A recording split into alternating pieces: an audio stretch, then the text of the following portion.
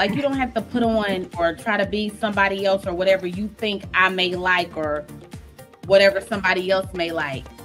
Just be your authentic self. It's a worse. And I was like, let me hurry up and get out of this store. Oh, this bitch get arrested naked. I'm like, girl, it's not that serious. Like, I added swimmer myself. no? You are? I'm sorry now. You are? Huh? I thought you didn't know how to swim. I said I'm not. I know how to swim for my own benefit. Like I'm in quicksand and I'm like, Daddy, I love you, bro. I want to be this close. I don't want to go yet. I think people try to kind of be what they think you need, and it's not really that, or try to operate in a space that and feel like they're being an ally, but they're not really being an ally. Because I tell people this all the time. It's like at work, especially when you're a new person at work. I wish we could be a bit more unified in some of our approaches to how we try to address inequalities or negativity that's directed towards the community.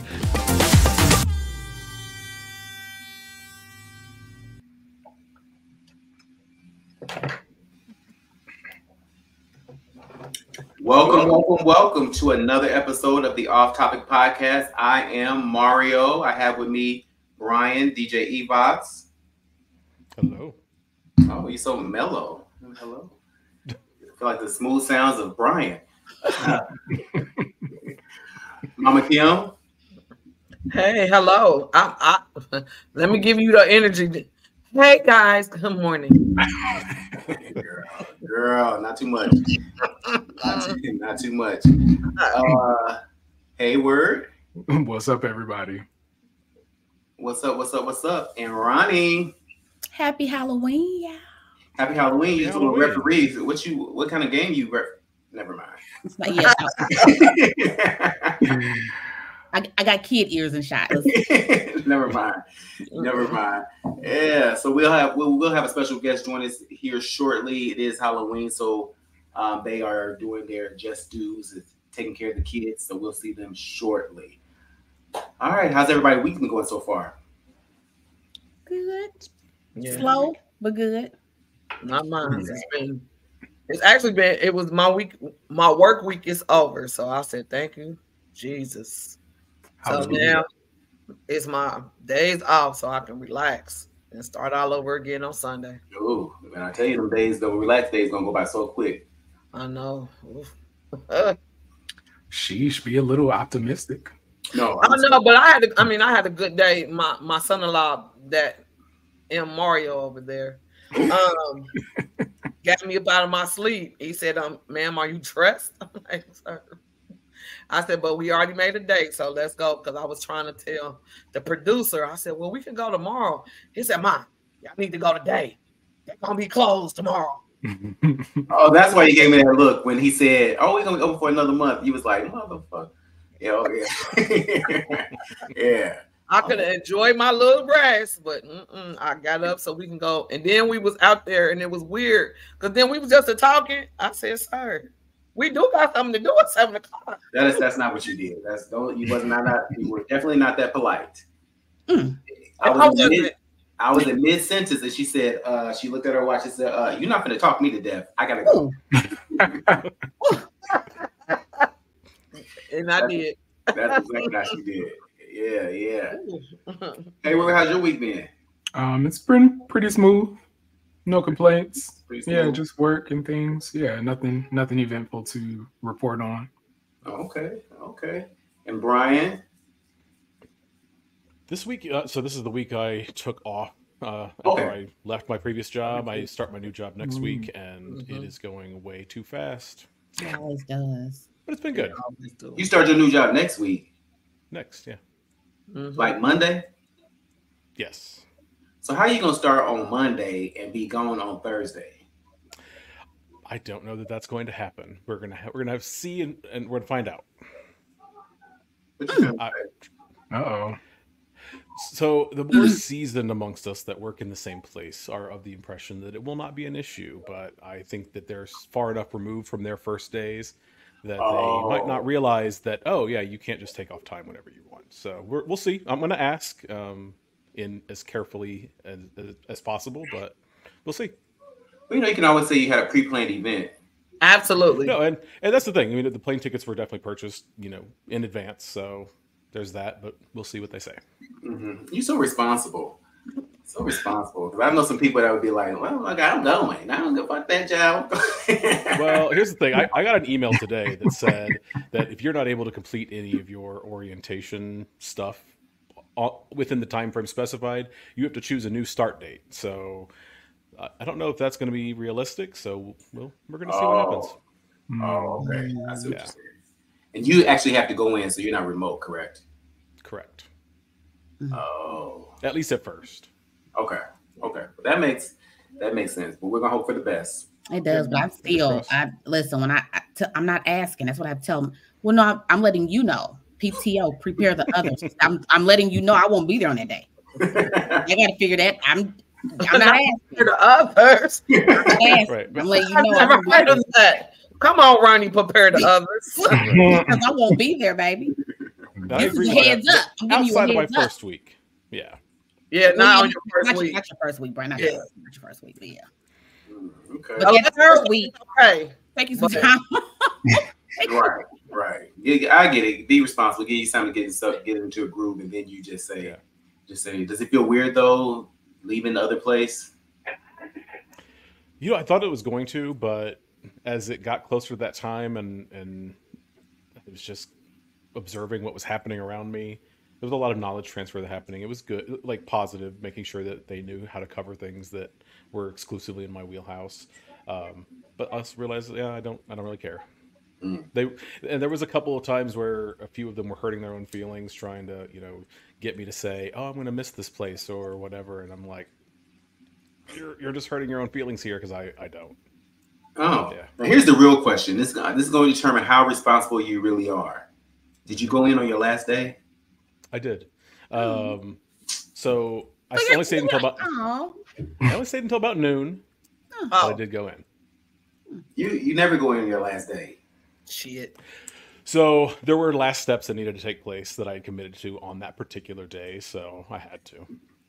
That's sweet that you are committing to stuff on the last day. It is. If I give you a very 2 noble. if I give you a 2 weeks notice, you got that first 5 days. After that, I'm just second week is shaky. Yeah, you may see me. Everybody. That's it. Well, and the reason I was as accommodating as I was one of my coworkers had a death in her family. It was like a pretty major, head of the family kind of thing, and so just trying to make that actually work. I was trying to be a nice person. Well, that's good. Good for you because listen, what you do, Ronnie, that first week, you packing all your little stuff. Slowly but surely taking it out because you just don't know if you're gonna make it in the second week. But my stuff was gone before I sent that 2 weeks notice. My stuff was already at home. You might see a cup on that's what I did. That was it. I'm preparing myself. Just in case they said you're gone, my stuff was gone before I was. Yes, I'm done. The only thing I want to walk out with is my purse. Nothing else. Nothing. I think the kids have taken all the candy. FYI, just letting you know, Mario. So you jinxed me. Yeah, somebody did. Somebody rang the doorbell, and a little Mario. That's right. Yeah. Do you need to go and cut the light out?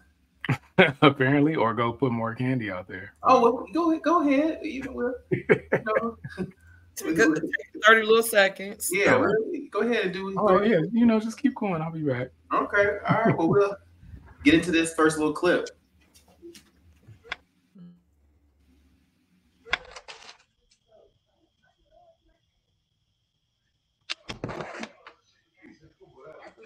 Hey, is it wrong?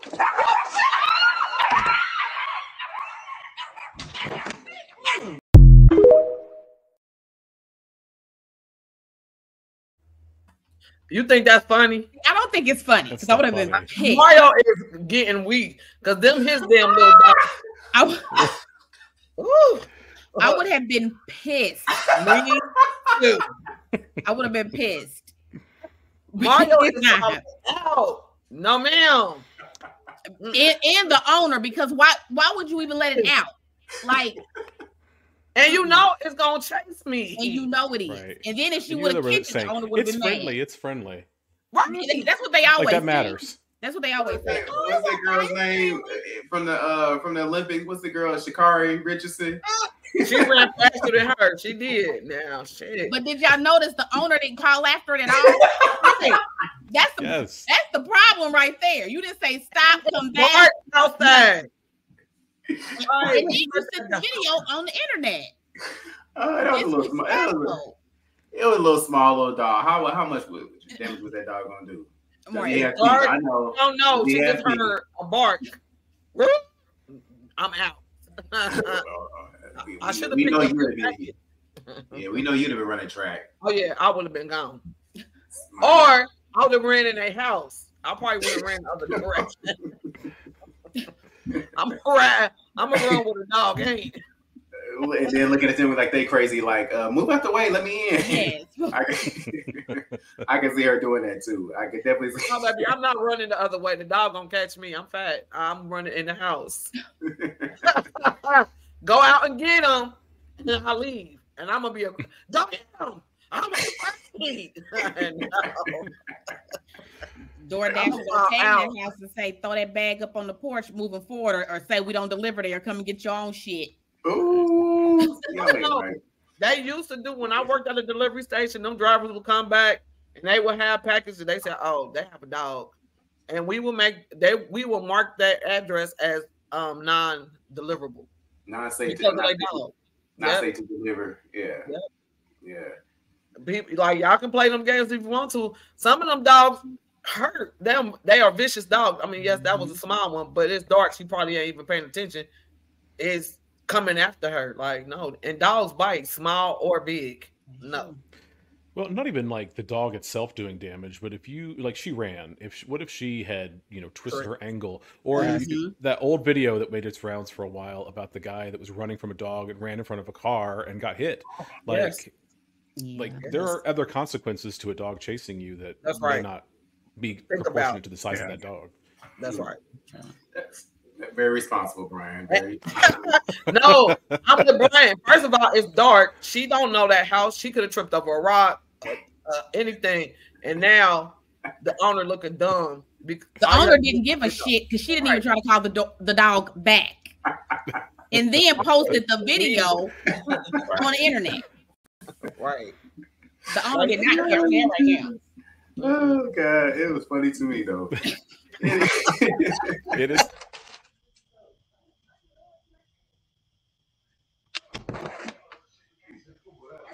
Hey, is it frost?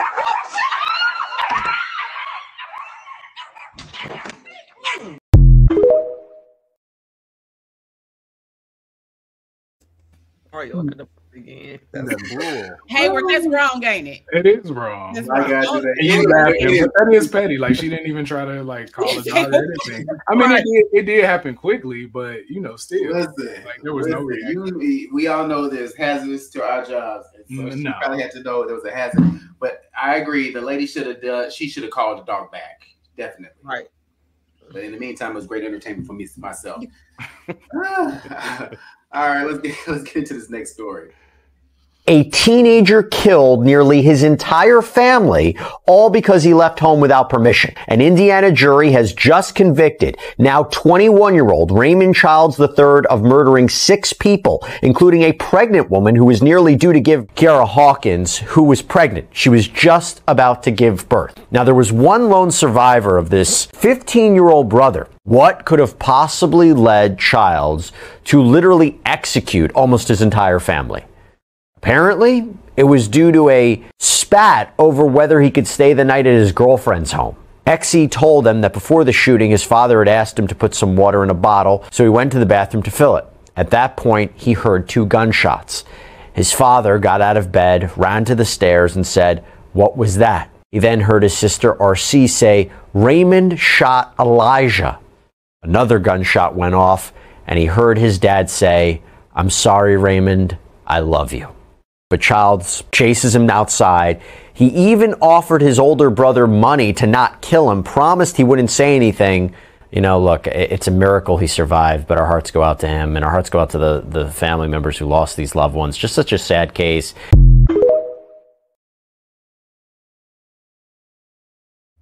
I do remember that happened in Indiana.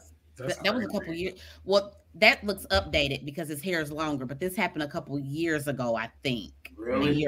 Yeah, a little bit ago, but I do remember hearing about that on the news. That is crazy. I feel like it was some kind of mental health issue. It definitely is. Involved. You can tell by his face. Jesus, your whole 6 people out your family, my God. That, and also these, kids anymore, they grow up and parents don't want to tell them no to That's stuff. Right. So when they hear no, they don't know how to process that. That's right. I cannot process it at all. That's insane. Because if you're looking at TikTok, more and more you see these young boys, not even men yet, young boys who are in these houses with their. Sometimes it's with both the parents, sometimes it's just with the mom, going off. Oh, you took my game, tearing up the whole house. You took my spot. Like, what are you doing? Sit down. No. I practice saying no. Yes. Yeah. Ask me something, y'all. That's what I'll be like. Ask me something. Nope. Just so you say about it. I want to get used to it. No. Right. Wow, that is crazy to me. And I feel sorry for the girlfriend only because they say you lay down with people that soul ties and all that kind of situation. Jesus Christ. Well, somebody twisting his hair up, honey, because it looked nice and fresh. That's what you focus on. Because I don't know whoever doing that, because I think when that happened, he incarcerated. Well, he's being held somewhere. So whoever's twisting it, somebody twisting it in between their legs. Damien is. You a boy, Damien. Oh, that's sad though. It very much so is sad because just the boys do like y'all used to do when y'all was kids and they told y'all no, y'all just snuck out the house anyway. I myself did. I really did not though. I never did. I did not. I was scared. I thought my mom saw everything and knew everything, so I just would not even. No way. Yeah. Oh, so y'all was good kids. The house.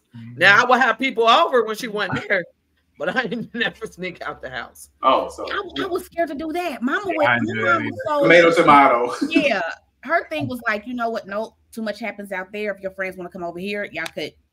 So like our house was the house that everybody would come to. She cooked and all that, I guess, so she could keep an eye, make sure everybody's safe. Now it was never any of that spending the night stuff because I have friends now that it's like, well, yeah, such and such their little boyfriend or their girlfriend spending the night, huh? We couldn't I can't. Oh, okay. I guess. I mean, it's not my whatever, but and I'm talking kids that are the same age as my twins. They 14. So why are we spending the night? What's happening? Are you saying they shouldn't spend the night at 14? Not with no boys. Not with no boys or no, I'm with the opposite sex. Who's to say they're gonna have sex? I wouldn't care. I wouldn't know. We're not gonna get that far because they're not spending the night. That's right. So, because that's too much. No. Well, we know your kids couldn't even have company. Oh, they sure couldn't. They couldn't spend the night at nobody's house, and they could not have company. And then when I did get lenient, what was that? To that youngest lenient, Mario. Log off, okay? Log off. I love it. I can't stand them. I love it. But then, so when you started being nice, you did what now? You started letting them have people over? No, because Monet, she had people spend the night. And guess what? One of them fast ass little girls snuck out the damn house. And I was like, and I was in the streets back then. And well, maybe she was coming to find you when she snuck out. You don't know. He probably was. But I was not doing the right things either back then. And I get back in the house. She ain't in the house. And I'm sitting down in the couch because now I'm drunk. So I'm sitting on the chair, and she finally opened the door and come. I said, "Man, where have you been?" You know what this little girl told me? She said I was outside doing God work. And that's what she did. She did exactly right. That's because when you're outside, you're doing the Lord's work. Now they know 3 o'clock in the morning. I said you was out fucking. No, you're not. You're handing out. You're handing out. What do you call those things? Scripts or whatever those things are. You're handing out pussy. Scripts. Pussy. He didn't brought a whole Jehovah's Witness in here. She ain't had no pamphlets, Mario. That's not Right. right. No, You know what I'm saying? no watchtowers. Yeah, No watch. that's what they are, right? Right. Yeah, out there, you kneeling, you praying, you on your knees. That's why I'm like. Needless to say, I think well, I speak for myself. I've done some the Lord's work as well, a time or two. I was.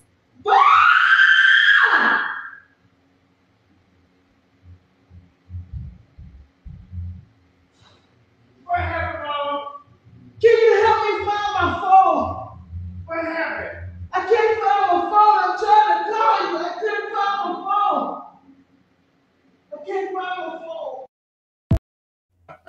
No, man.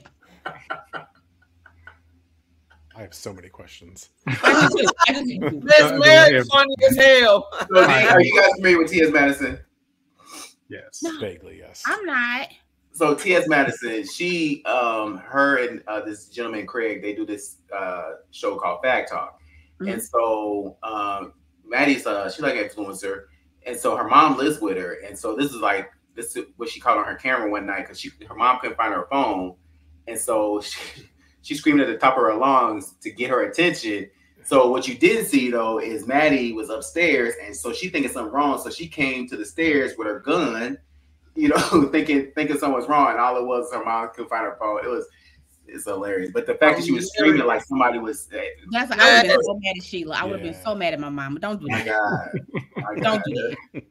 Can you imagine being sleeping and being waking up like that though? Like if you were sleeping, heard that scream, it was your phone. Yeah.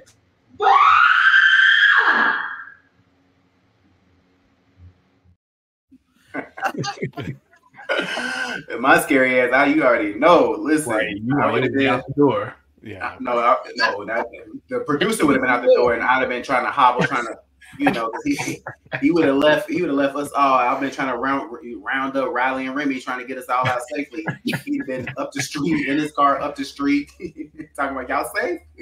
But my God, and he would have. Lord, my God, today.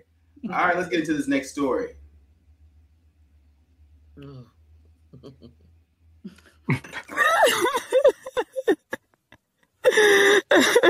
They have now released the identity as well as new details of the 19-year-old found cooked alive inside of the Walmart oven. The family of the 19-year-old has started a GF and provided details. They said she was 19 years old, a beautiful girl who came to Canada with big dreams. On October 19th, the fateful Saturday night, she was found burned to death in the walk-in oven at Walmart Bakery situated at Mumford Road in Halifax. Her and her mother both worked at the Walmart for the last 2 years. In that evening, like any watchful mother who breathed for her child's happiness, her mother looked for her and tried to locate her, but could not. After not seeing her for an hour, she asked around, but everyone brushed aside, thinking she was somewhere helping a customer. Walmart is a superstore after all. Her phone was not reachable. Her mother then started panicking because it was unusual for her to switch her phone off in the middle of a shift. She then reached out to on-site admin for help. Then imagine the horror that the mother experienced to herself. Opened the oven to find her daughter inside.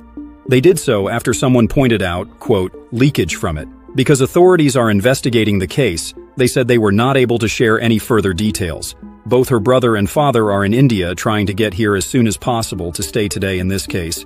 Make sure you click the playlist below. I'll keep you guys updated what you think.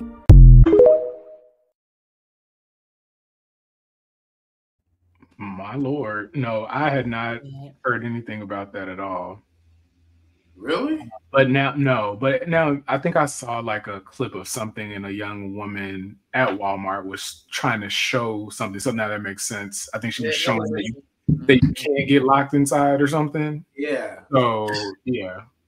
Well, I had a little experience with those ovens. And because I used to work for the Kroger, and I would help out with the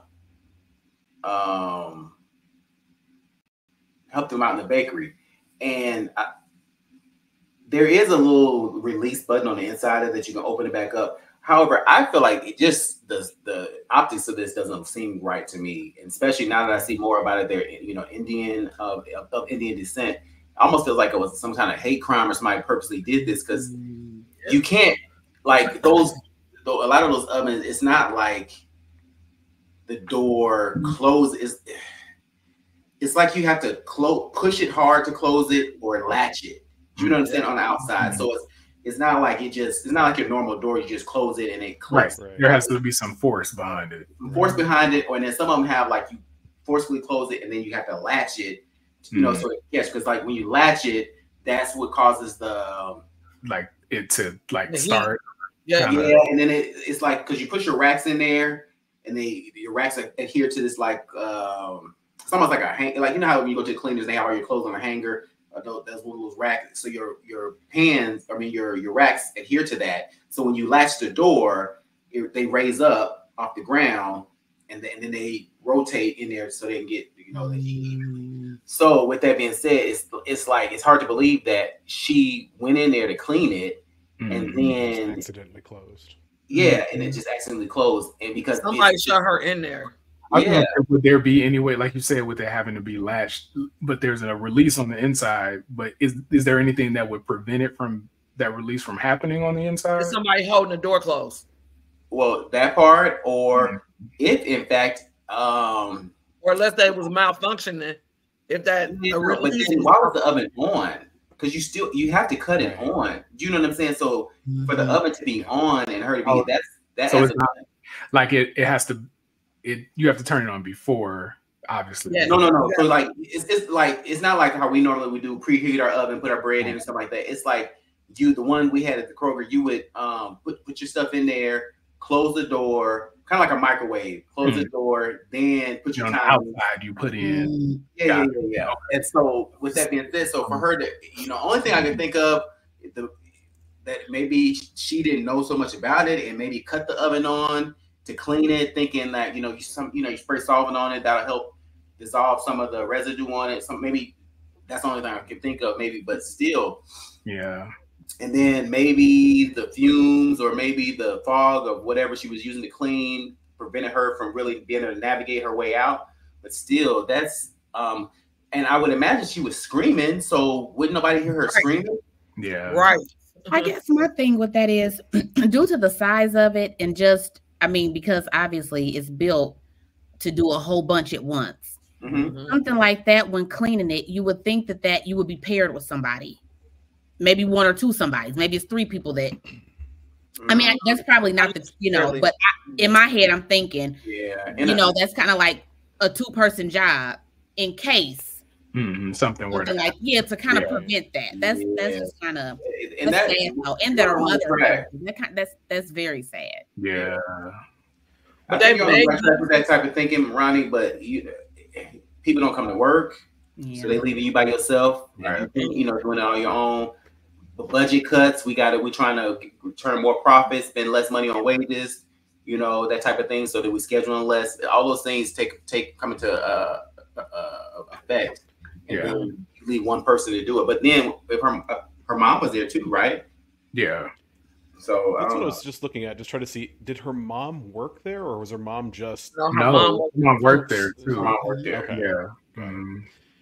So the question I have for you, Mario, because since you've seen one of these before, is so when I used to work in warehousing, there was a concept called lockout tagout. So which is where basically you make it so you cannot turn things on that are dangerous while you're working on them. Do these ovens have that capability? Can you lock the controls so that people can't turn them on when you're going inside of them? Or? You know what? Now, Brian, I don't even remember if they did have that. I just remember you couldn't turn it on.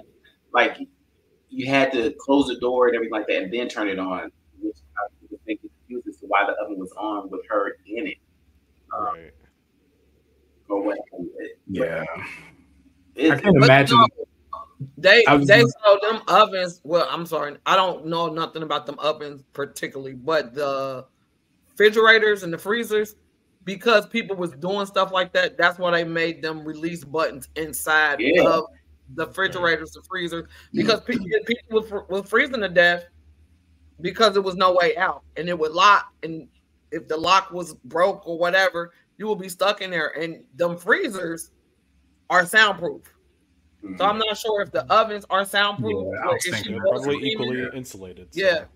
Like if she was screaming, could somebody hear her? Like that's probably the worst way to die. Because you it's a slow death. Yes. And you burn it. They only found her because it was her body fluid was leaking out. That's gross. And then the mama was the one to help find her. That's So it doesn't matter. And her husband and her son is in India, and they're here. Well, they were in Canada by themselves.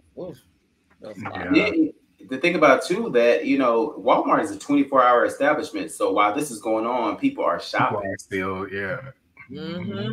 Wow, this is craziness. They closed it for that day or two. I don't know, but they said they had closed it. Yeah, they closed it down, but I'm sure they reopened it. Absolutely. Everything's about a profit. So unfortunately, then that young lady. And it doesn't sound like they're investigating to see like if it was a foul play or anything like that. It's like, a freak accident happened or whatever like that. Because it doesn't seem like I'm not hearing any reports to say like, oh, we're going to investigate it further to see what really was the root cause. If there was a malfunction on the oven, it's nothing like that. It's almost like, okay, it happened. It was an accident. We're moving on. Which it seems to me we need to investigate this a little further. Right. So. We'll see. Now, you all know we are coming up on one of the most important elections of our lifetime. This was a big week for the candidates, right? Big week. Big week. So both of the candidates held their, what they call the closing arguments. And so each had a rally or some meeting of sorts to kind of give their last hurrah. Even though I don't know why they call it their closing arguments, because now that I think about it, they're still rallying in other locations after the fact. But I guess it was their main big send-off. So let's get into what happened in Madison Square Garden. Where are my proud Latinos at tonight? You guys see what I mean? It's wide open. There's so many of them. It's absolutely incredible. Believe it or not, people, I welcome migrants to the United States of America with open arms. And by open arms, I mean like this.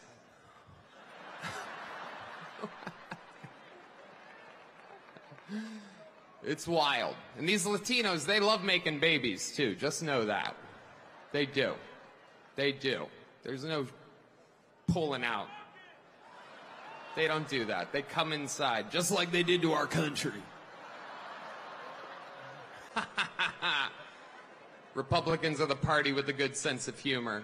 It is absolutely wild times. It really, really is. And, there's a lot going on. Like, I don't know if you guys know this, but there's literally a floating island of garbage in the middle of the ocean right now. Yeah. I think it's called Puerto Rico. Okay. All right. Okay.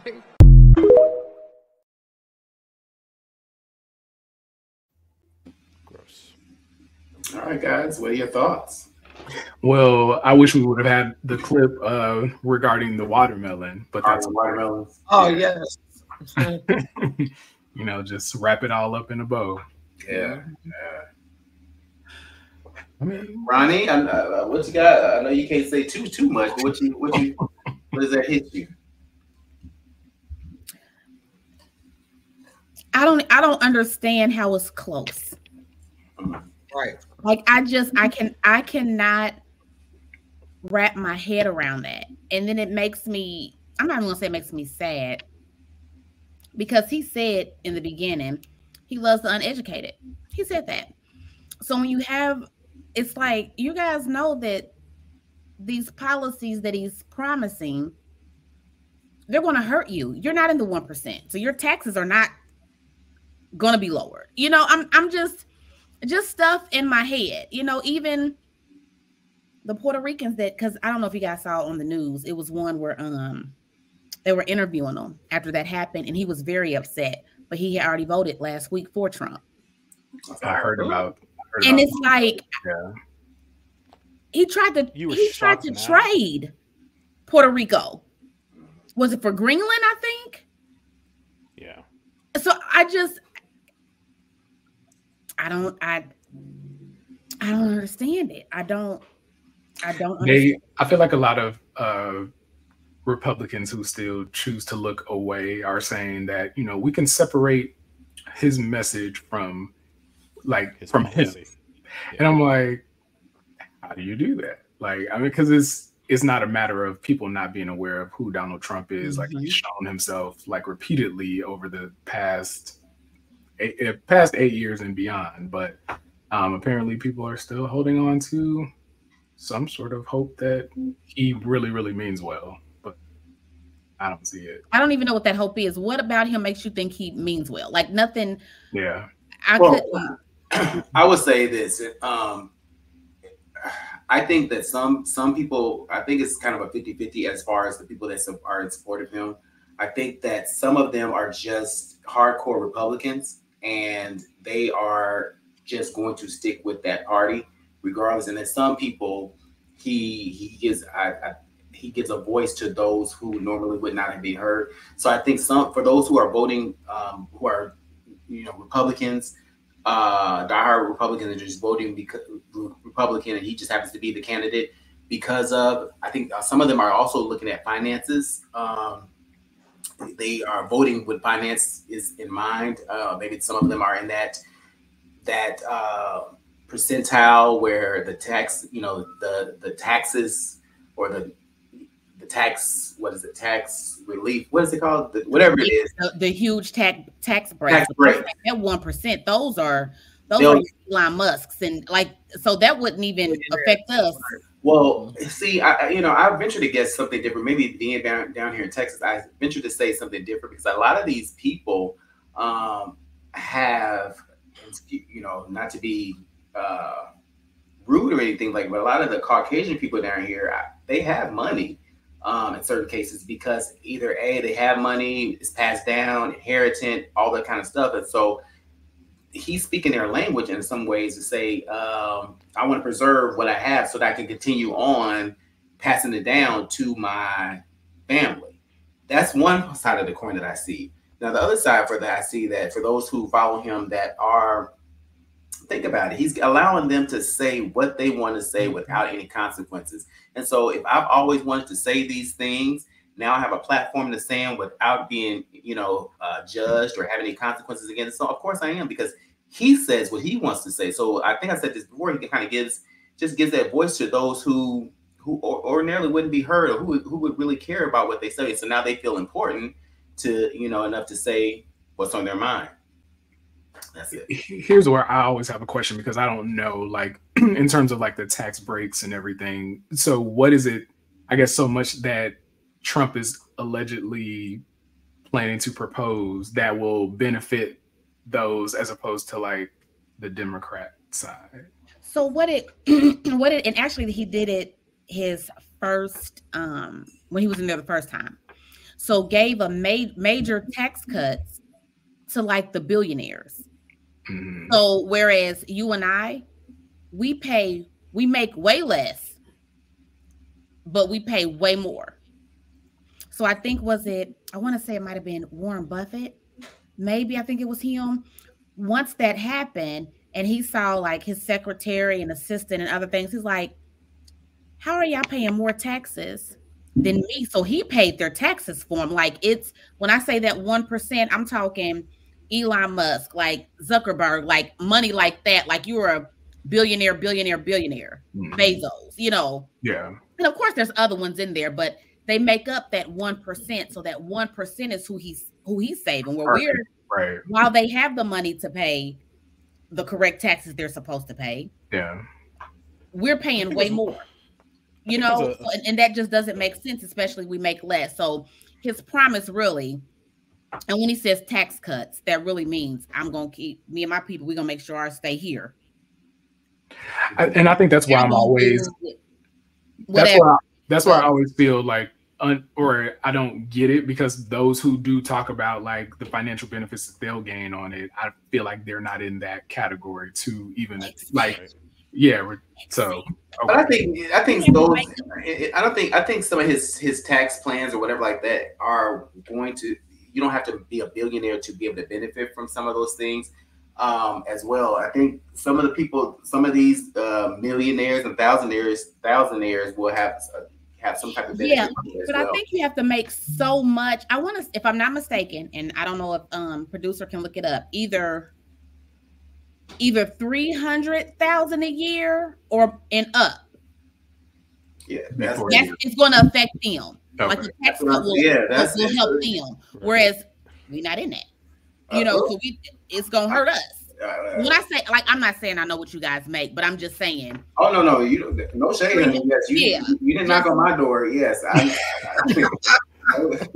no shade at all. That would hurt. I already know you make 300,000 or more, then you're gonna see a significant tax break. I'm not gonna see it. That's not going. That's very true. But your everyday, right? Hard work. That's what I'm saying about some of the people. Speaking more for some of those people down here in Texas, they are in that bracket because of inheritance, trust funds, whatever business they may be in. So they have that type of revenue or assets or have that they fit into that, and so they can benefit from that. Some of them are voting from that mindset. Yeah, I still think that's. I mean, I guess if you have that, why do you not want to pay the taxes you're supposed to pay on them? You know what I mean? Why? That's how the rich get richer. What? But then we gotta pay it. Not really. Go ahead. I'm sorry, Brian. Go ahead, Brian. I'm sorry. No, I was just gonna say, like, I don't necessarily think that's how the rich get richer. It's they just make a lot of money. What I was gonna say is that, and this is something I've encountered not only with my own family, who are predominantly Trump supporters, or just Republicans in general, but I think it's a uniquely American thing that John Oliver did an episode on one time. It was talking about the unearned optimism of American culture. And it's people that they don't have to have the money now, they don't have to make that much money, or even have a prospect of making it in the future. There is a subset of people who vote for tax cuts for the rich on the belief that that could be me one day. I don't want to pay any more taxes than I have to. And like they just have there's this reality distortion field around Donald Trump that just makes people lose their mind, that they realize that this is not helping you and it will never help you. This is not designed to help you. And yet they have this weird optimism that it could one day help them. Well, yeah, because they will be buying into the American dream. Or their version of the American dream. I was gonna say their version. The illusion of the American dream. Right. The whole illusion. It is illusion. Yeah. I think the dynamic, the interesting part about this even the whole rally situation is because it mimicked what I've been hearing and reading is that it's mimicking that of the Nazi gathering from like the 1930s. And I believe it was held in the same location, if I'm not mistaken. And so a lot of the rhetoric kind of mimic, not verbatim, but the feeling, the atmosphere mimicked that of that rally, the Nazi rally at that time. And if you think about it, I mean, that was just a small clip, but if you looked at some of the other speakers, which one of the ones I was really very disappointed in, but they all of their rhetoric was very much so hate, very much so talking down to certain groups of people. One gentleman, I think it was Stephen Miller comes to mind, but I don't think that's his last name. I was gonna say Miller. I think that's who it is too. But he basically quoted Hitler's saying, just changing the wording, because Hitler, in the 1930s said Germany is for Germans, and so all he did was flipped it and said American is for Americans. So these people know what they're doing. Do you know what I'm saying? And they're very well aware of what they're saying. So they're very well. It's a very well thought through plan, even if they're making it sound like it is not. But what was it? It was another point I want to make about that. Oh, so Dr. Phil got on there, which was one of my biggest disappointments. I did not know Dr. Phil. I did not either. Yeah, had no idea. That blew my mind. That was a big disappointment for me, especially, and not a disappointment that he's a Trump supporter. Okay, because support who you want to support, but the fact that he got up there and spoke so heavily against DEI, when we wouldn't even know who he was. If it wasn't for a black woman. And I mean, he really, I mean, basically, so, but it's almost like, well, I got it now, so I don't need y'all no more. And that's very much how it came across. And I was like, wow, Dr. Phil, you know what I'm saying? I'm like, damn, and he had a lot to say. Yeah. But there was another guy, I think, on there saying, her and her pimp handler. And I mean, just, it was, and then. Like, just speaking, like, trash, essentially. Like, and it's so weird to me that, like, in views that I've seen since that rally, like, no one on the Republican side has really been like, oh, like, that was terrible. It was more like, you guys can't take a joke. Like, you should really be okay with this. It's funny. We're all laughing. Like, it's not funny. That's so weird to me. I don't know. And so I get the comedy aspect of it, not in this specific. I get it. Comedians do make fun of the marginalized people a lot of times. If you think about it, even in the Black community, some of our biggest comedians, they make fun of the gays, the handicapped, things of that nature. I just think it was in poor taste, considering everything that we're up against right now, and considering the climate that we're in right now. I think that was in poor taste, especially when people are saying so many different things, and then you come out and say this, and to think that they could have been worse, because they were, from the reports I was reading and hearing, it's like, hey, he had some other jokes that they said cut out. So, golly, could you imagine if he said everything he wanted? Yeah, you know what I'm saying? But oh, look at our little special guest. Welcome, Hey guys, how are you? Right on time. Hi, how are you? Hey, so Juan, we're talking a little bit about the rally at Madison Square Garden on Sunday. The comedian. The comedian, and then just kind of going into some of the other speakers that were present. So I don't know if you have any feedback, because I'm sure you put something so eloquently together. I think that's really difficult to do based on what was said and the platform it was said in, right? I think it was a clear example in this particular case where they knew what was coming up there, they knew what was going to be presented, and they allowed it to go in front of a stage in front of that many people. Now, the sad reality of it, it hasn't really taken that much effect in the polls. So remember when we talked, a little over a month ago, I told you that I thought my prediction was going to be that we would have Kamala Harris as the first female president. Things have changed drastically since then when you look at polling in particular battleground states. And I think we're in a position right now that we could, it's going to be a long election night. I will tell you that much. I don't feel like it will be a quick turnaround. And I think there is a very real possibility, based on the things that have gone through today over the past couple of weeks, that you might see Trump back in the White House come after election night. And it's a sad reality. And I'm a Republican, and I'm telling you that based on everything that's been said. But I think that is a real possibility. So let me ask you this then, Juan.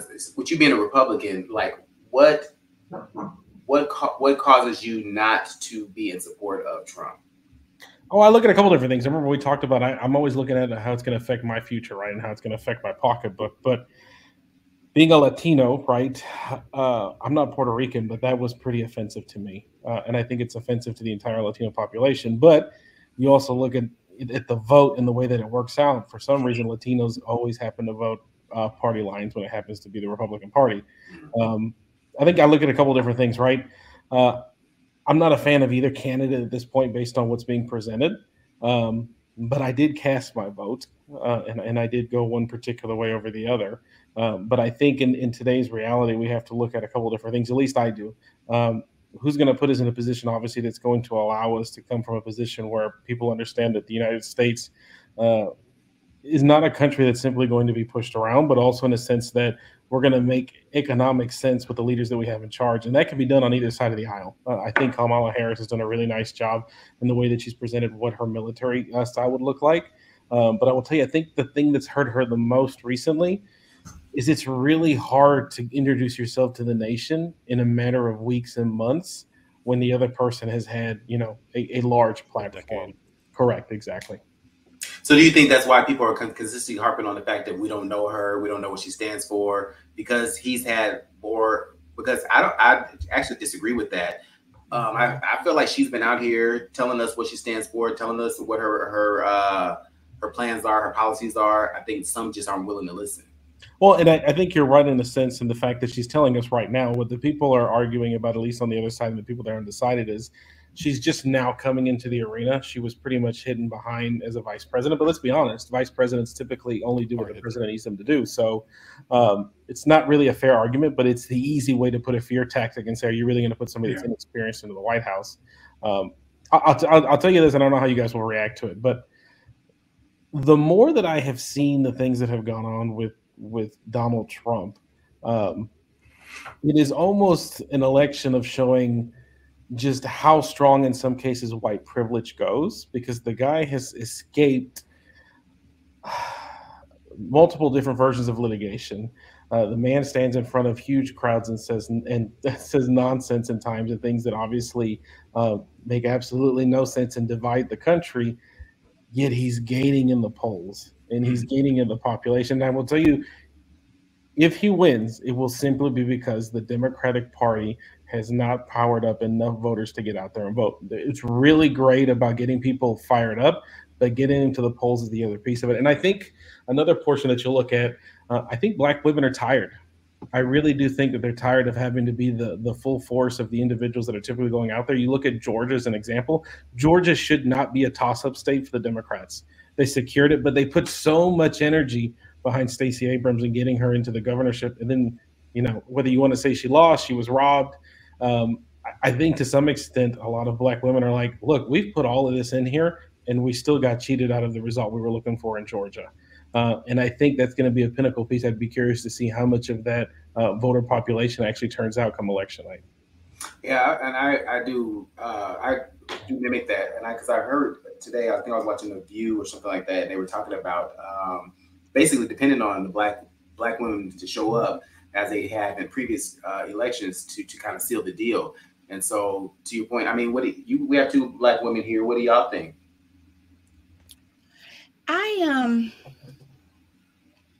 Let's just say I've tried to predict before based off, you know, early voting and stuff, and I was 100% wrong because it looked one way, and I was like, oh, if it's looking like this now, this is how it's gonna go. So I'm just gonna say I'm just gonna wait till next week. But as far as Black women put in the work, we save the world often. I mean, we're just gonna be honest about it. We save the world often. I actually saw, I kid you not, because I probably stay on Facebook and stuff too much, y'all. But anyway, so I saw something where you know, they do those little skits where you're trying to talk to a child and, you know, but the other person doesn't know that's what you're doing. Black mother, she was ready to beat that. But she looked at that baby and said, cover your ears. Because she was like, you don't know him. The baby's like, no. And she said, cover your ears. And she lost her, like, start going off on him like bad. And he was like, okay, calm down. This is just a prank or something. Like, she was getting ready to cry.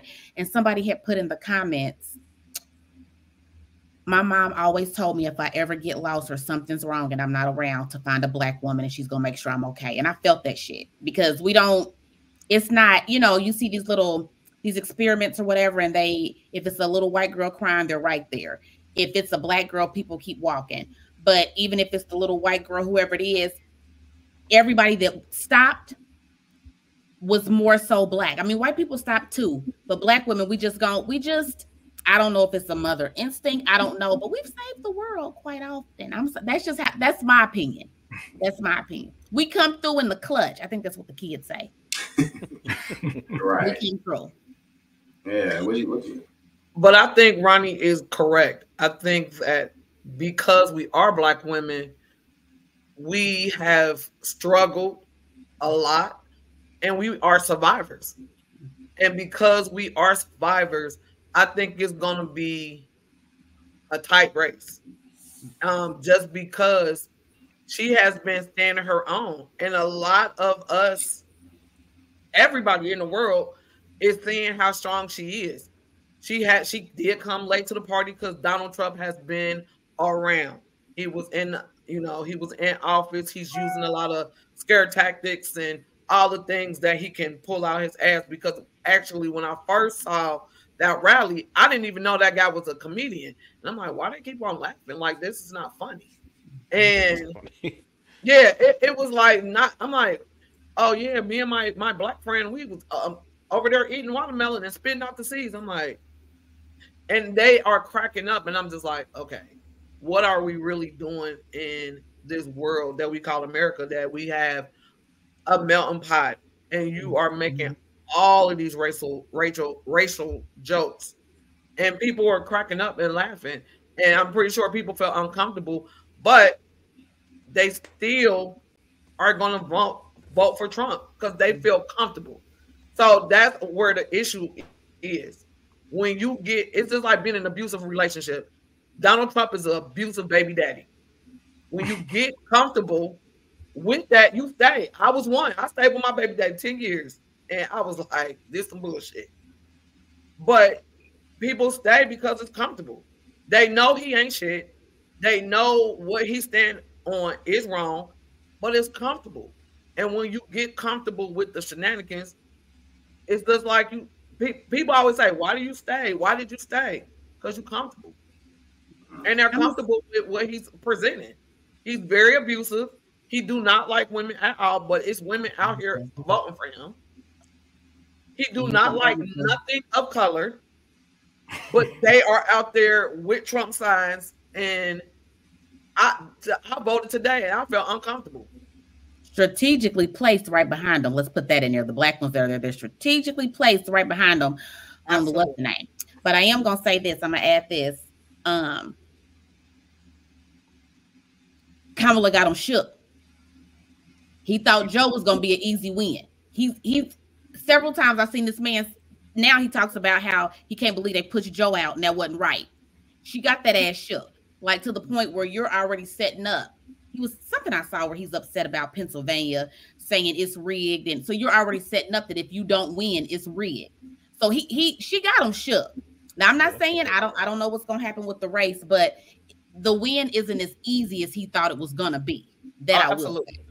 Absolutely. Well, I mean, if I can be honest, the win ain't gonna be as easy as I thought it was gonna be as well in favor of the other direction, in favor of Kamala, because I would think that just people naturally would hear some of the things that he's saying and just say, you know what, this ain't it. You know, we need to move in another direction and stuff like that. But so many people are still supporting him. It's amazing to me that the race is this close. Yeah, you know? I mean, I didn't think that it was going to be like a flyaway on either side, but it's just very interesting. I think it allows us to see like the true colors of many Americans. I think it gives people an opportunity to be them true selves and show their misogynistic ways and their racist ways, because you see like a lot of people being interviewed and saying like they still just don't feel comfortable with a woman like leading the country. Like that's still very much a strong like rhetoric that's out there, and people are getting more and more comfortable saying these things. And you have like even other women saying this, so it's like it makes it okay. So it's just very interesting to just see where we've landed right now. Yes, I think a lot of people are going to do what you said, Mario. So remember, you said you didn't want to vote. You was like, no, I'm not voting early. I want to go on that day. So I think that it's going to be a lot that come out. But I changed my mind. I did go vote today. What? You was late till Keep that in your blouse, because come Tuesday, I may need to either come in late or leave early because I got to go vote. I'm gonna let them pick. Listen, y'all need me to come in late or need me to, but I have to do what I need to do. So. I'm glad this is going to be shown after the election. Right. He said he want this before. No, he said before. This is going to be before. Yeah. Hey, boy, you can't come live with me, honey. Ain't that in the corner selling something. I'm not selling anything on the corner, sweetie. I do it on the app. Oh. Anyway, but no, seriously though, it amazes me how close. And so my other question would be, I know Kamala's been really kind of dialing into this whole reproductive freedom for women, and I'll be honest with you. I didn't realize not till now that I realized it was this important. And when I say that, I'm not discounting it or anything like that, but I didn't realize. I mean, I would hear all the time, you know, back in high school, girls having abortions, stuff like that. I'm like, okay, girl. I mean, stop fucking. That was my. But to hear some of the stories now of how, you know, women are having to make that hard decision. Listen, it's either my life or the baby, you know, and having to do things like that. And so I guess that's what makes me say I didn't realize it was so important. But do you really think that is going to drive women to the polls to vote, or sway their vote in any direction? Because she's really dialing into that a lot. I think so. I think so.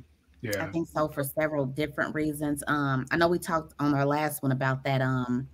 That comment we saw where it says down in Texas, like the biggest, the most search was, does my husband know who I vote for? So I'm thinking of stuff like that, because if you're that afraid, we don't know what's going on in that home, and maybe surely you got kids and you probably have daughters and you know what you're going through. You know what I mean? And that even maybe you got 5 kids now and you didn't want another one, but you ain't got no choice because he ain't going. It is what it is, or maybe you getting beat, or you know.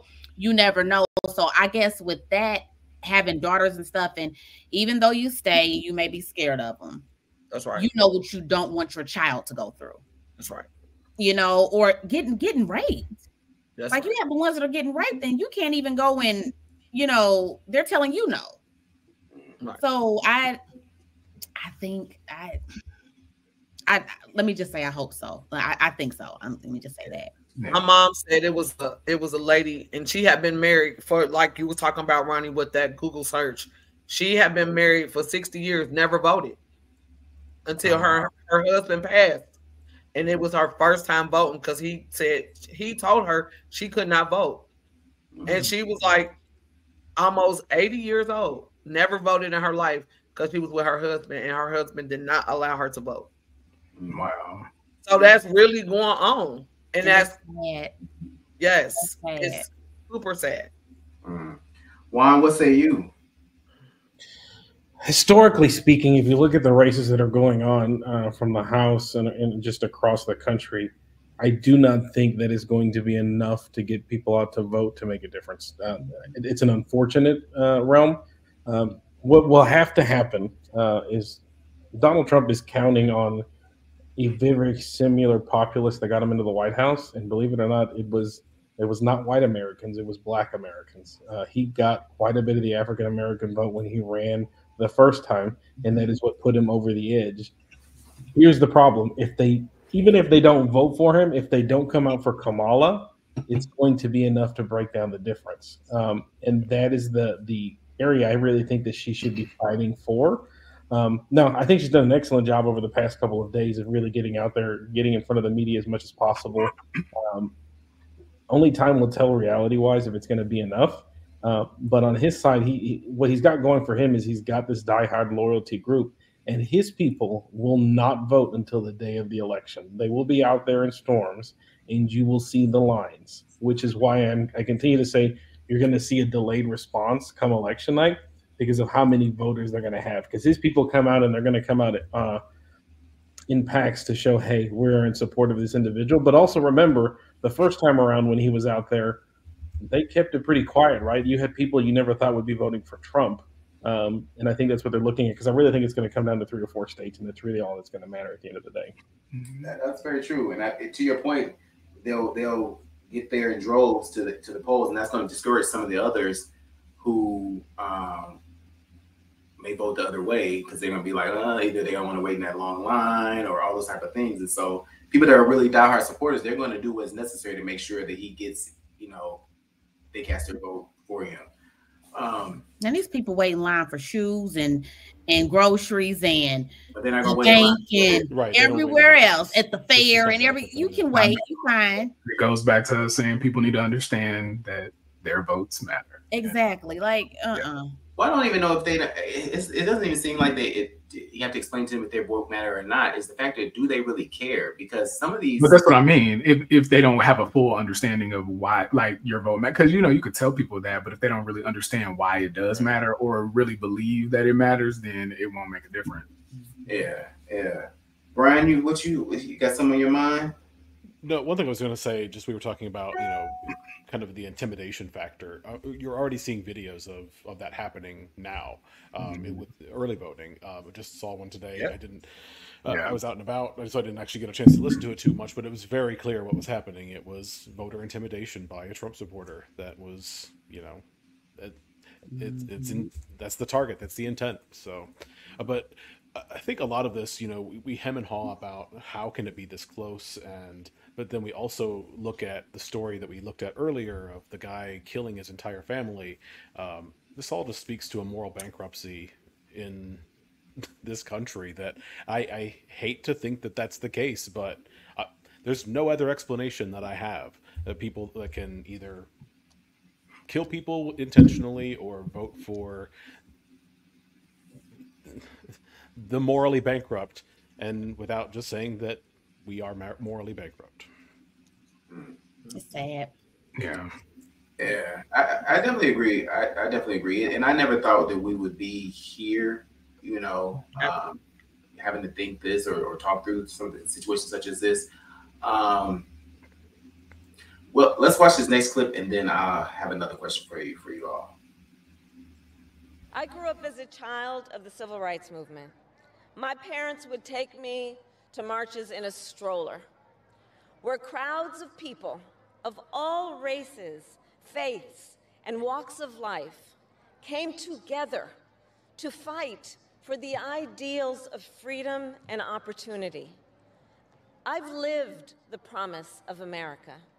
I saw how hard our mother worked to give her daughters the same chances this country gave her. And I see the promise of America in all of you. In all of you. I see it. I see it in the young people who are voting for the first time, who are determined to live free from gun violence and to protect our planet and to shape the world they inherit. I see it in the women who refuse to accept a future without reproductive freedom. And the men who support them. I see it in Republicans who have never voted for a Democrat before, but have put the Constitution of the United States over party. I've seen it in Americans different in many respects, but united in our pursuit of freedom, our belief in fairness and decency, and our faith in a better future.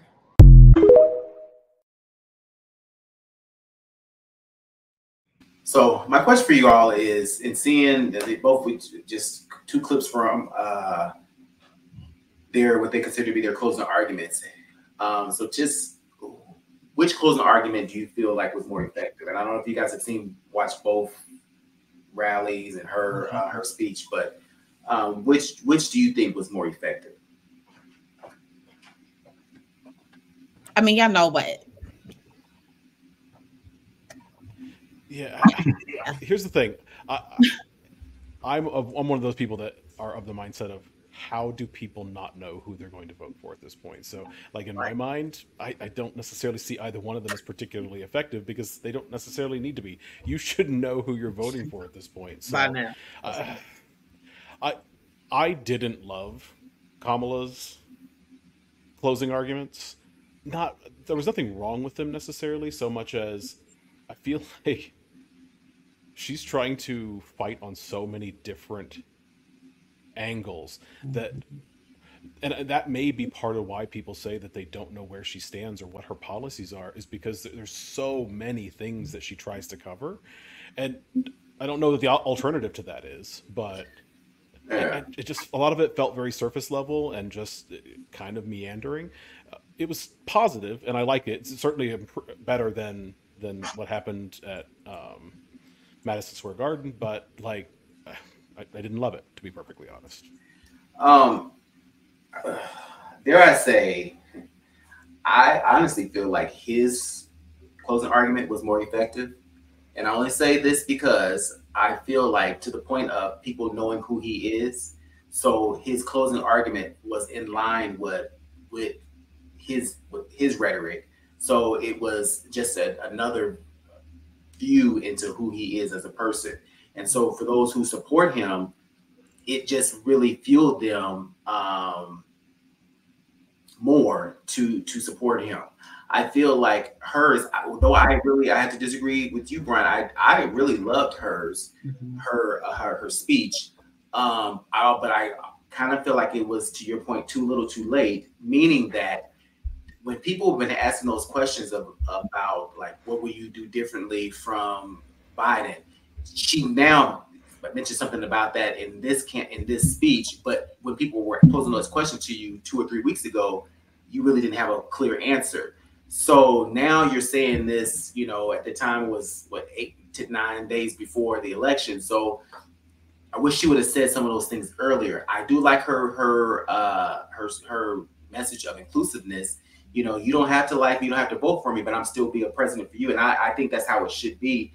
But some of those things, sentiments, I wish she would have expressed way back. And I recognize she started the race late. But even in that, you start the race late, come with some of these things and tell the American people that beforehand, or when you enter the race, so that you grab them from there on out. I think initially when she entered the race, everybody was so, you know, making so much attention on the fact of, oh, she raised this amount of money in 24 hours and this and that third. But and I'm not discrediting her in by no means. But I think it was a lot of people were just happy that it wasn't Biden, and so they just naturally jumped on the bandwagon. So it unfortunately felt like she got her footing. She's getting her footing later on in the race, and I'm not going to go out and say it's too late, but I just wish she would have did that sooner. Some of these things sooner. Like she answered the question that many people have asked her previously, like, what would you do differently? She answered that during her speech. Yet when people would put her on the spot and ask her that, she had no answer about it. I do like the fact that she was very much so adamant to say, you know, when she they asked her about what Biden said, something about, made the comment about garbage, the Trump supporters are garbage. Now, she did stand her ground when she said that, and listen, like, we don't support that. And that's what people wanted to hear. Not that they want to see her against Biden, so to speak, but they want to see that, A, you can stand flat foot and hold your own, because that is what people view as a sense of power, you know, a power figure, this and the third. Right, wrong, or indifferent, he commands the stage when he whatever he's saying, you don't have to pay attention, but he commands that stage. And I think that's what people have been waiting for her to do. And she did it, but I wish she would have did it sooner. Let me just throw this out, and that I had already told Maury I'm gonna have to get off a little earlier, but I just want to throw this out. I agree with both you and Brian. She should have done it earlier, but I'm gonna go 2 points with it. One, I did like hers, obviously, but more so because while he demands the room, it's always ugly. It's always attack. And I've said before that I have friends that are conservatives, but they'll tell you I don't support him. I'm from the school where when McCain and Obama were debating and someone said something about Obama that was very racist, McCain stopped that debate. We can disagree up here, but this is my friend, and you're not going to do that. That's not how we are here. That's not what America's about. So those are the parties that I know. This is ugly, and it didn't get ugly like this because when you are trying, and when I say until, I'm trying not to say his name, obviously, but when debates were debates, that's what you're talking about. And he makes it so ugly because he wants to attack. It's always an attack. So hearing her closing, it was refreshing, because it's not, they say he answers everything, but he doesn't. He wants to tell you how everything's greater and bigger, and these are levels you've never seen before. And I mean, it's all a lie, but it's the same with him. He knows how to, now he's gonna talk you in a circle and say absolutely nothing. But with her, with you saying that's what we were hearing, that's what you wanted to hear weeks ago, and she should have said this then. This is just me speaking as a Black woman. And I'm not speaking for her, but I'm just saying I know how it feels. So my thing is, as her, you can Google me. Black women are so tired of, why are you asking me questions that you're not asking somebody else that's not completely qualified? Why do I have to sell myself so? And I get it, the president of the United States, I get that. But at the same time, everything she's done, all her accolades, you can pull that up and see everything she's done. So it's like we so hard have to always prove ourselves. And again, I know that this is the president of the United States, so damn it, if they ask a question, you need to be able to answer it. But it's some things, just because I know me, I'm like, why am I answering shit I know you can look up? Like, that just fucking doesn't even make any sense to me. Yeah. And again, I know that's not right, but I think it's like, okay, ask me something else, and not even ask me anything else. Ask him demand the same stuff from him that y'all demanded from me, because all he talks about is hate and the groups that are great, that are racist and everything else. Like, if you were being fair across the board, and I know that's too much to ask, I know it is, but she's having to prove herself when she got all kind of degrees and everything to get it. All he got is some money from his daddy, and he didn't even know how to spend that right. Mr. Bankrupt 1,000 times, ain't paying taxes, don't pay people to do stuff. So why are you questioning me and y'all not asking him certain things? That's what I get. I don't know. I think it's a valid point that you're making, Ronnie. However, I think that what you're missing is the obvious. Unfortunately, that is the American way, and that we definitely have to be 10 times better to get noticed. And so, with that being said, so the reason why they're not putting the heat on him, he's a white male in this industry. And to your point, Juan, I think Charlemagne said this on the Breakfast Club. He was like, his privilege exceeds white privilege. Honestly, he's in his own lane, and so yes, it's not right that she's held to a different standard, but that's no different than you being held to a different standard. Do you know what I'm saying? Mm-hmm. Then some of your other counterparts at your location. Do you know what I'm saying? It's unfortunate, but it's the reality of life, and so. And I felt like her knowing that, I'm definitely not going to count her out, because I think that she's made some great groundwork, and I truly believe that she is going to, she's going to pull through.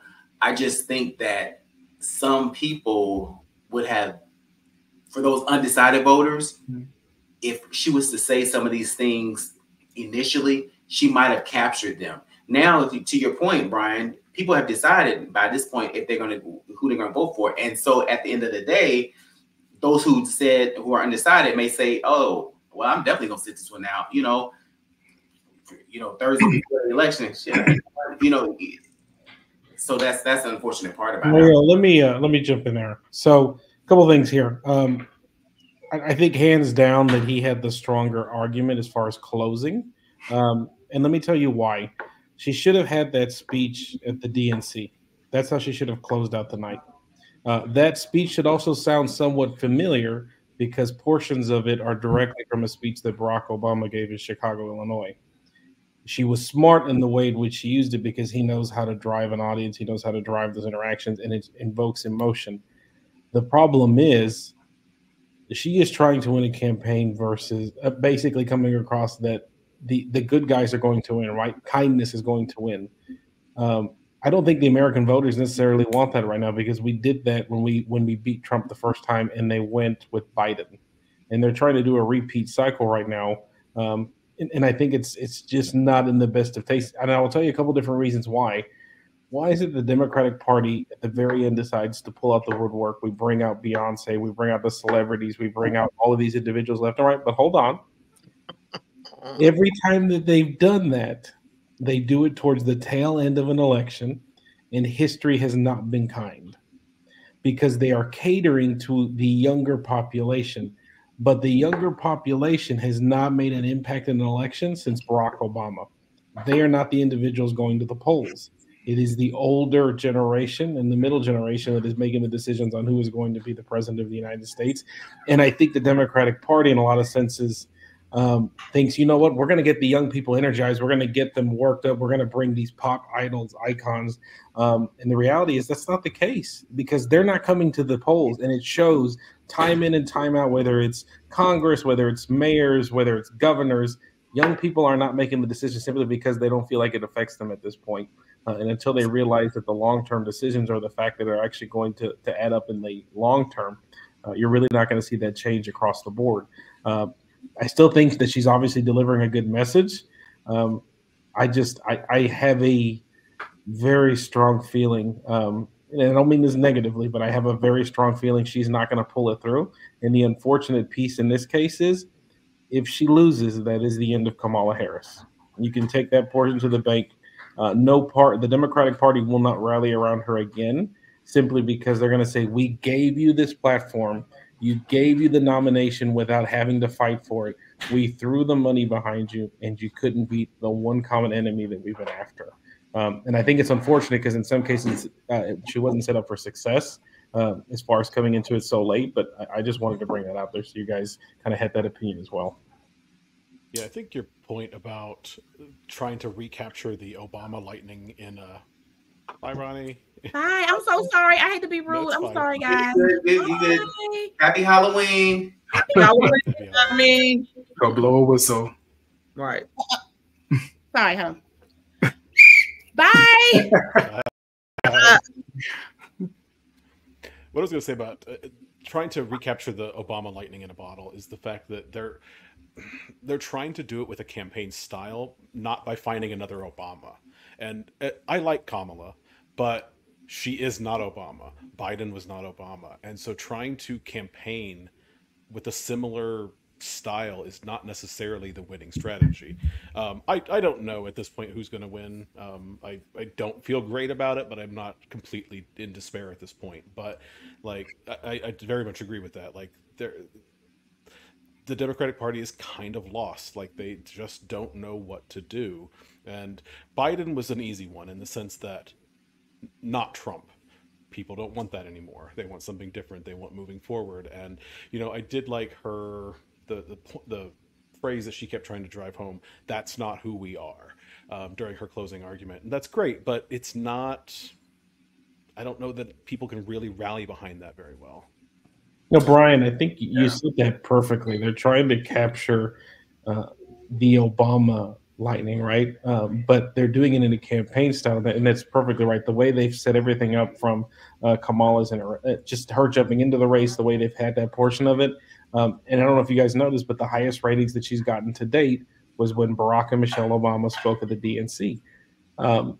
If the Democratic Party wanted to secure it hands down without an issue, they needed to go, in my opinion, with a candidate that was more like Obama, but also a younger candidate. I think had Gavin Newsom from California been the nominee, Donald Trump wouldn't have a chance right now in this election, because the younger population would be like, I want him, because he represents more idealistics of what is for the current generation, versus Kamala is, again, in a lot of cases, trying to recapture the Obama spirit.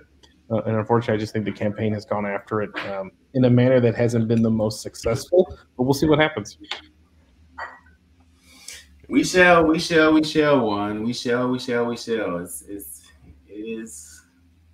I don't know. I want to share an interesting experience I had today.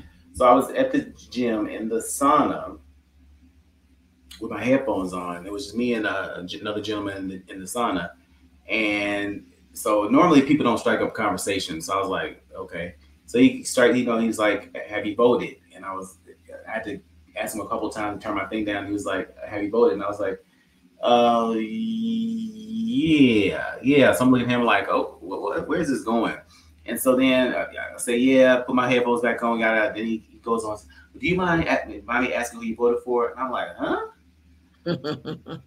And so it was a white gentleman. And in my area, I'm definitely like, boy, what you trying to do? You know, where is this going? So then he goes on to tell me that he voted for Kamala and all that kind of stuff. And I'm still looking at him like, you ain't finna, no, you ain't finna get me to get here and say, you know, I voted for it too. Then you meet me in my car, be ready to, you and your homeboys beat me up. I don't know.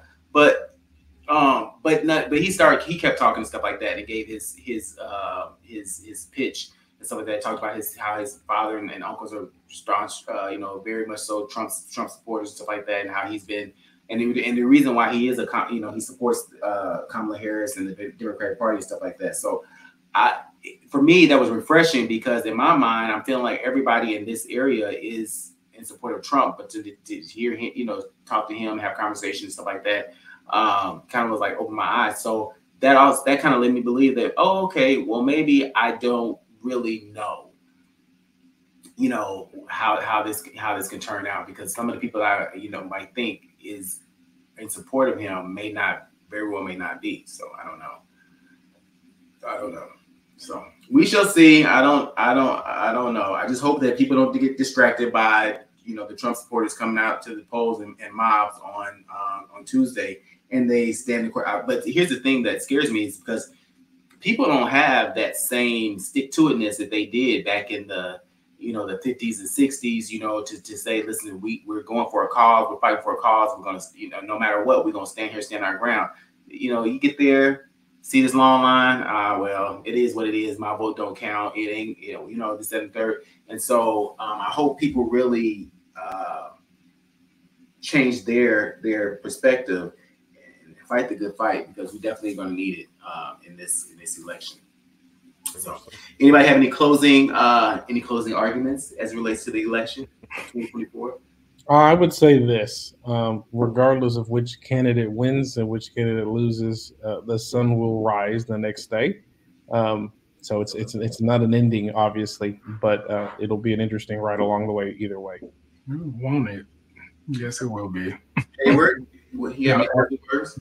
No, I echo Juan's sentiments that we do have to just remember to be respectful to everyone involved. Like, no matter who wins, we're all one country that's supposed to be working together toward a greater goal. So I hope ultimately people can see that and begin to implement that. Mama Kim? I'm 2 toes, 2 fingers down with Juan. I really do believe that the sun will rise again. We just have to understand what we have to do when that sun does rise again. Ryan? I'm going to be the dissenting voice here that does not agree with Juan. If you are uncomfortable with the potential outcome of this election, now is the time for you to do your part to change it. Just saying, yeah, everything will be fine, the sun will rise, that's great. But that doesn't have to be the outcome. You don't have to be upset with the outcome. Do your part, and you can at least rest assured knowing that you did what you needed to do. I think very well put, Brian. I'm honestly scared. So to the point, Brian, Juan, of you saying the sun will rise. Yeah, the sun will rise, but what's going to happen when that sun rises? Will I be here to see it? What's life going to be like with that sun up? Am I going to be, out here? I already work on a plantation, but in a real plantation, you know what I'm saying? I'm just being real. You know what I'm saying? What is that going to look like? What is life going to look like as a result of with that sun going up? What is it going to look like? And that's what really scares me the most. And that's what really I think it's fair. So I need to get on this podcast more with Brian, because he's got me thinking about a couple different things. But I will tell you this. That's a fair argument, but I would challenge it the following way. You're not going to change the minds of the undecided voters today. So the people that are going to vote one way or the other are already there. The only thing that could prevent an issue is the individuals that say, hey, I think it's already lost, I'm not going to go to the polls. That would be the populace you'd want to get in. And I'm not even trying to necessarily suggest that you need to vote the same way that I'm going to vote. But if you're scared about the outcome in either direction, do anything. Yeah, now is the time to do something. Yeah, some facts. But don't get me wrong, I definitely appreciate the positive message. Like, and I realize that I tend to be a relatively optimistic person, but at the same time, we're not defeated yet. So let's not run to that as our default state just yet. I like it. Yep. Yes. And I do agree, Juan. You need to get on the podcast a little bit more often. We'll talk later. Anyway. Busy, honey. Ain't that it? All right, Mama Kim, are you ready to take us out with our uplift for today? Yeah. All right.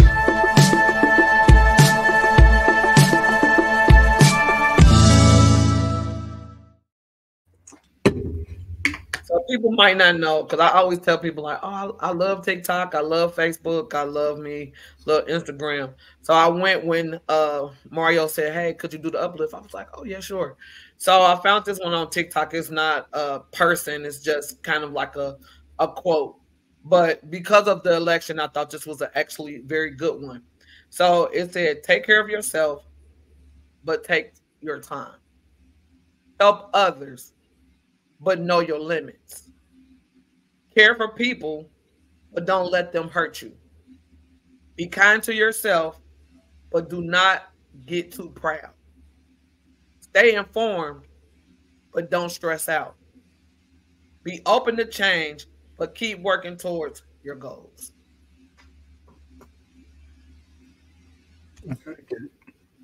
That's it. Oh, okay. I mean, you kept going and going and on, so we didn't know when it was going to end. Uplift your mind, man. But no, like the gist of it, it is basically kind of making sure that through these hard times and through the stress of who's going to run our country, be mindful and make sure that you are taking care of yourself. Don't get stressed out. Make sure that if you are helping and taking care of others, also make sure you're taking care of yourself, because a lot of times we find ourselves always chasing and helping and running and doing things for other people, and then we forget about ourselves, and then we end up in the hospital, or we end up hurt, or we end up depressed and under the cover. How do you make sure you keep your mental health healthy? And that's one of the things you have to sometimes, and it's unfortunate because a lot of times people say, oh, you selfish when you think about yourself, but who gonna think about you? That's true. Agreed. That's true. So we shall see how this election turns out on November 5th. We'll see. I thank you guys for spending a little time with us this evening. Please remember to like, share, subscribe at the Off Topic Podcast on YouTube and Instagram. And we will see you guys soon. Thank you again. Good night. Bye. Girl, that was so dry. Bye. You ain't in no distress.